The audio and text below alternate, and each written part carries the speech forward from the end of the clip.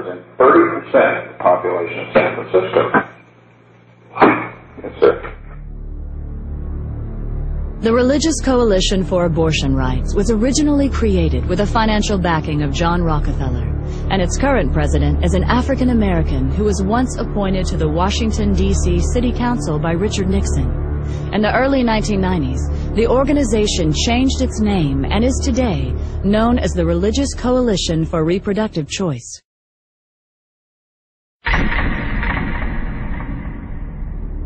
In 1969, a meeting of the United Nations Educational, Scientific, and Cultural Organization, also known as UNESCO, proposed that an American Population Commission be created with a, quote, large budget for propaganda, unquote. 4 months later, Republican President Richard Nixon signed legislation establishing the Commission on Population Growth and the American Future.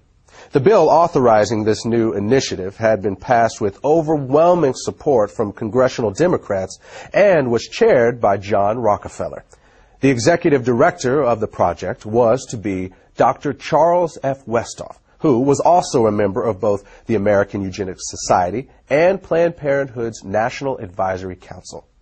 Another member of this new commission was Dr. Joseph Beasley. In the 1960s, Beasley oversaw an aggressive eugenics program that concentrated on black neighborhoods in New Orleans with the stated intention of lowering welfare costs. This project would eventually be described by Planned Parenthood President Alan Guttmacher as the #1 success story in the history of American birth control movement. It also led to Beasley being elected chairman of the board of Planned Parenthood in 1970. Then in 1975, Beasley was sent to federal prison for conspiring to defraud the U.S. government of $778,000 that had been allocated for the project. In court, a local black civil rights activist named Sherman Copeland testified that he took payoffs from Beasley for helping him to convince residents of the targeted neighborhoods that birth control was not black genocide.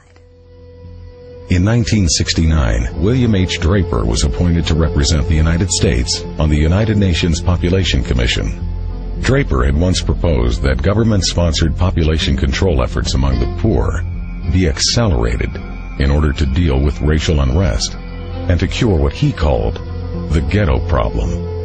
Draper was on the governing body of Planned Parenthood and had personally raised more than $4 million for the organization. That same year, a New York Times article about Planned Parenthood said the organization's board of directors was dominated by people who were both white and wealthy.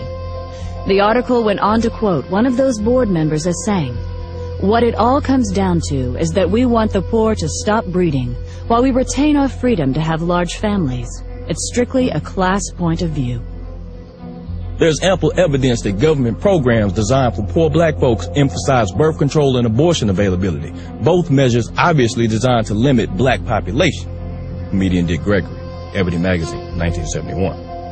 It takes little imagination to see that the unborn black baby is the real object of many abortionists. Irma Clardy Craven, Chairman, Minneapolis Commission on Human Rights and Secretary of the Urban League.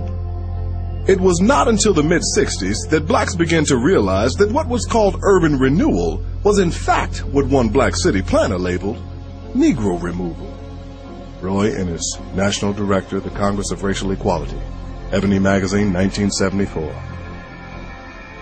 To a large and growing number of 1960s civil rights activists, it became obvious that family planning was just a code word for abortion and birth control, and that it was being pushed by the government as a way to avoid putting money into the black community. This conclusion was reinforced by statements like those of Democratic President Lyndon B. Johnson, who in June of 1965 stated that every $5 the government spent on population control was worth more than $100 invested in economic growth.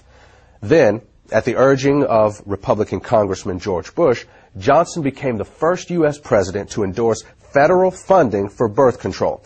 In 1966, he would also accept Planned Parenthood's highest award for his policies pushing family planning on foreign countries. It was at about this same time that political leaders from both parties began to increase their demands that aid to the poor, whether abroad or within the United States, be tied to birth control. In 1965, former Republican President Dwight Eisenhower complained that the United States was spending money to slow the population growth of responsible families, while at the same time providing financial incentives for ignorant, feeble-minded, and lazy people to have more babies. He said that history would rightly condemn the United States if we didn't link welfare to family planning. At that time, Eisenhower was the co-chairman of a Planned Parenthood fundraising campaign along with former Democratic President Harry S. Truman. John Ehrlichman, who was an assistant to President Richard Nixon, wrote that Nixon once told him that African Americans could not really benefit from federal programs because they are genetically inferior to whites.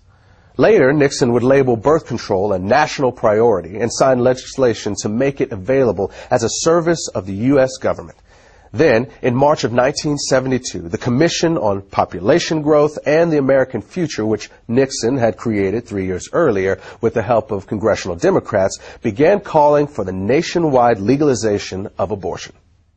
The concept that abortion and birth control could be used to save the government money was well established by this point in history. In 1969, Joseph Kershaw, who was a researcher with the U.S. government's Office of Economic Opportunity, stated that the agency had closely studied the poverty issue and found that the single most cost-effective way for the government to address it was through family planning. In other words, through abortion and birth control. And that sort of thinking is still very much alive today. On January 25th, 2009, the Speaker of the United States House of Representatives, Nancy Pelosi, said on an ABC News program that the government's economic stimulus package should include a large increase in spending for population control. She said that this could save the state and federal governments the cost of having to pay for the health care and education of poor children. Not surprisingly, Pelosi has a 100% approval rating from Planned Parenthood. At one time, it was common to hear politicians and elected officials openly talking about the need for population control in the black community, or saying things like $1 spent on family planning is worth $5 spent on economic development. But since we don't hear that sort of thing anymore, it would be easy to conclude that the government is not still involved in black genocide, but that's not the case. It's no longer necessary for the government to be directly involved in black genocide because that's what they hired Planned Parenthood for. I mean, it can't just be a coincidence that at the same time when government population control programs were backing away from specifically targeting black neighborhoods, at that same time, the state and federal funding for Planned Parenthood was being increased by leaps and bounds.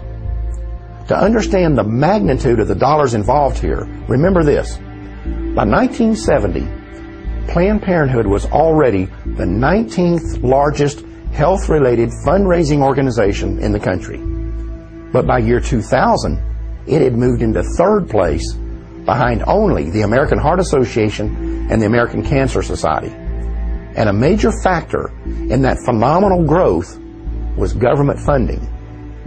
Basically, what's happened over the last 40 years or so is that Planned Parenthood has taken billions in government money while locating the vast majority of its facilities in minority neighborhoods. And that has not only been a tremendous boost for the eugenics movement, but it has also allowed government-funded family planning programs to target the black population while insulating the government from any direct connection to black genocide.